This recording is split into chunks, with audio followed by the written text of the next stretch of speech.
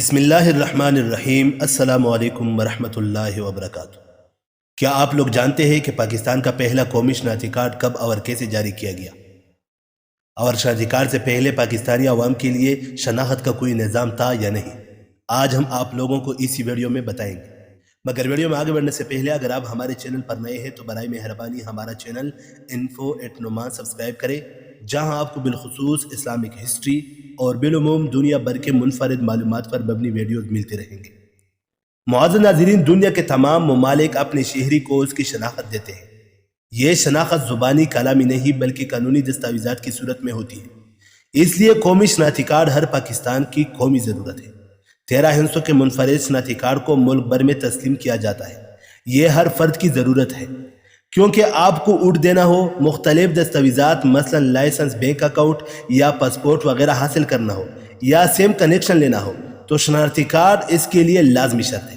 18 سال سے زائد عمر کے ہر پاکستانی شہری قومی شناختی کارڈ کے لیے اہل ہے۔ لیکن کیا آپ لوگ جانتے ہیں کہ پاکستان کا پہلا قومی شناختی کارڈ کب اور کیسے جاری کیا گیا؟ معزز ناظرین، پاکستان میں سب سے پہلے شناختی کارڈ یعنی CNIC ذوالفقار علی بھٹو کی جانب سے متعارف کروایا گیا تھا۔ 1972 میں ذوالفقار علی بھٹو نے اس کارڈ کو متعارف کروایا تھا، جسے 1973 میں سب سے پہلے انہی کے لیے جاری کیا گیا تھا۔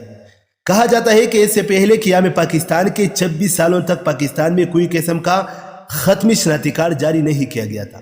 عجیب بات یہ ہے کہ یہ پہلا قومی شناختی کارڈ ہاتھ سے لکھا گیا تھا۔ اس کے بعد سن 2000 میں نیشنل ڈیٹا بیس یعنی نادرا کے قیام کے بعد ملک بھر میں کمپیوٹرائز قومی شناختی کارڈ کا آغاز ہوا۔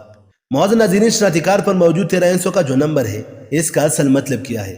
اور اس نمبر کے آخر میں جو ایک ہندسہ ہے، اس میں ایک خفیہ راز ہے۔ وہ راز کیا ہے؟